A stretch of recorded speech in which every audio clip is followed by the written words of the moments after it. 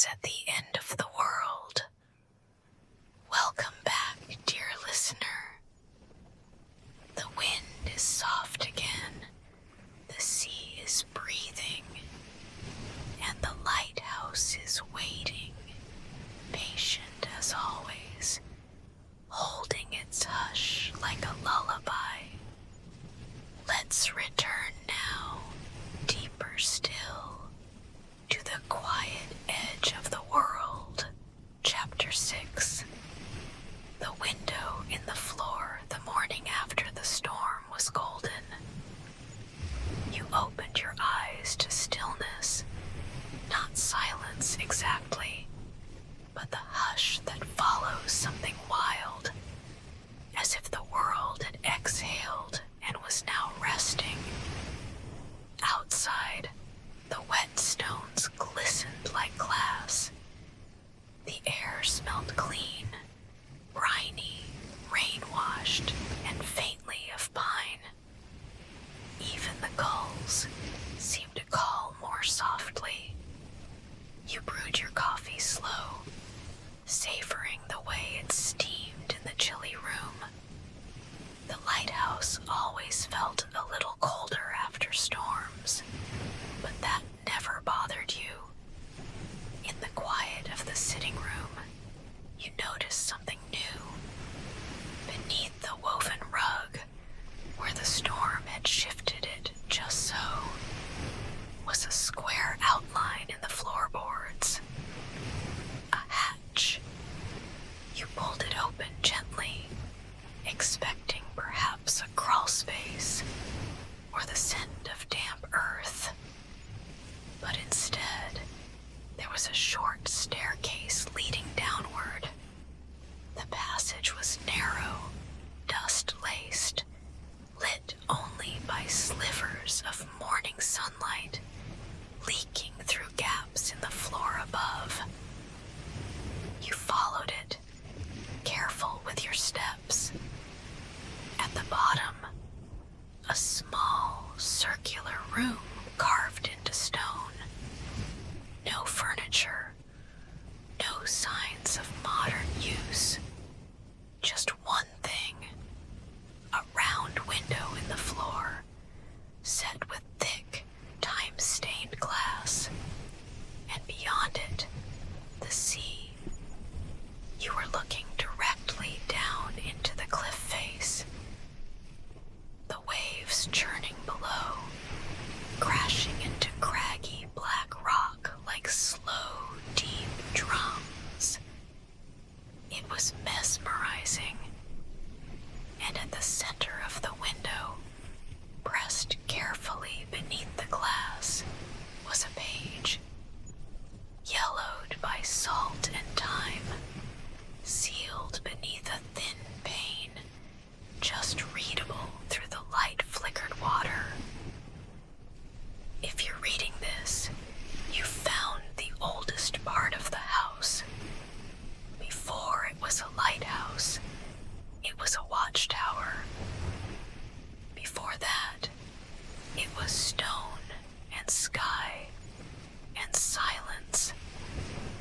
Some things outlast their names. Some places hold stories the way others hold breath. You are part of that now. You sat for a long time beside the window, watching the waves swell and curl, like the earth's slow pulse. Chapter 7. The voice in the fog. The fog came again that night.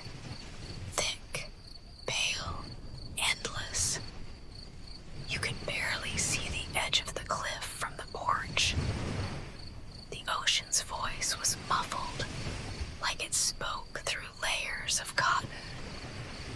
You made tea, chamomile with honey, wore a sweater that smelled faintly of cedar from the wardrobe. And then you heard it, a voice, faint, carried on the mist like a memory someone else had forgotten. You stood very still. It wasn't words exactly.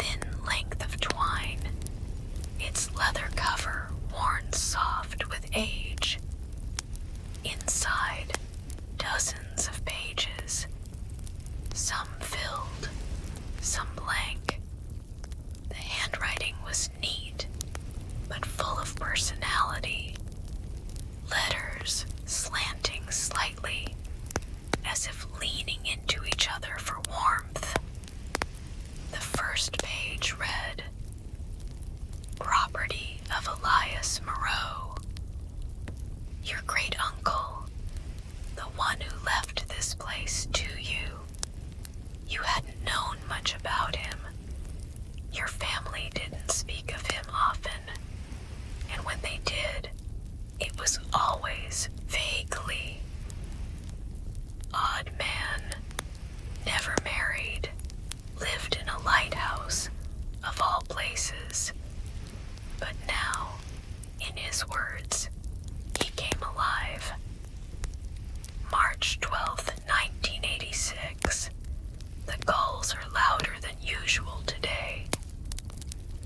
I watched one circle the tower for what felt like an hour, never once flapping its wings. I envy that kind of knowing. I wonder if the sea tells them secrets. April 2nd, 1986. Found another letter, tucked inside the wall near the pantry this time. This one was from a child. Said she used to come here with her father when he was keeper, and she left notes behind for the sea to read. May 9th, 1986. I sometimes think this place is more alive than I am, that it remembers better. I've started talking to it, not aloud, just inwardly, and I think sometimes it answers. You read for hours, curled in the armchair by the window, the journal warm beneath your fingertips. Each entry felt like a hand reaching through time, a quiet companionship, proof that you weren't the first to feel this place, and that you wouldn't be the last. Chapter 9. A letter for you that night when you returned to the lantern room for your usual quiet vigil. You found a new envelope. This one wasn't dusty or faded. It was crisp, clean, and it had your name on it, your full name, in handwriting you didn't recognize. Your breath caught as you broke the seal. You are the story now. You are the one the house has waited for. Do not doubt that you were meant to come, that your tiredness, your search for silence, your need for stillness, all of it was known. Leave your words here. When you're ready, they will become part of the breath of this place. And one day, someone else will find them. Let the light rest in your chest now.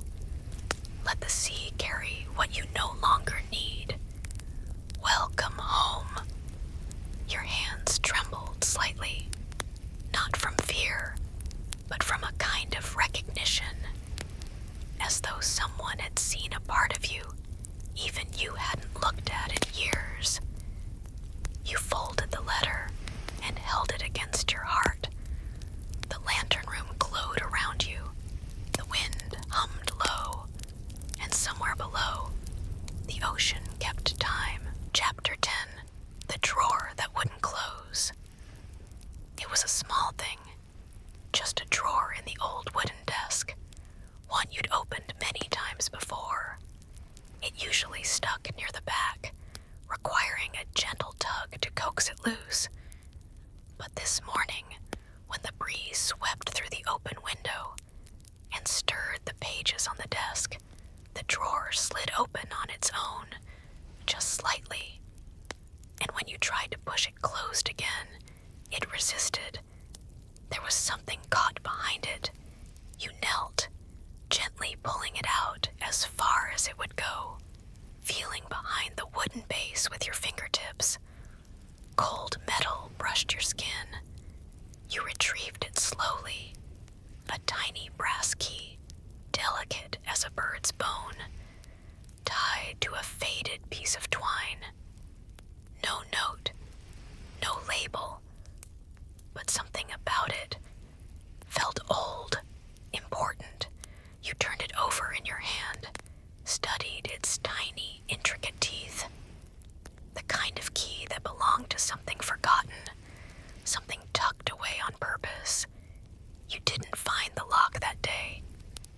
keystone.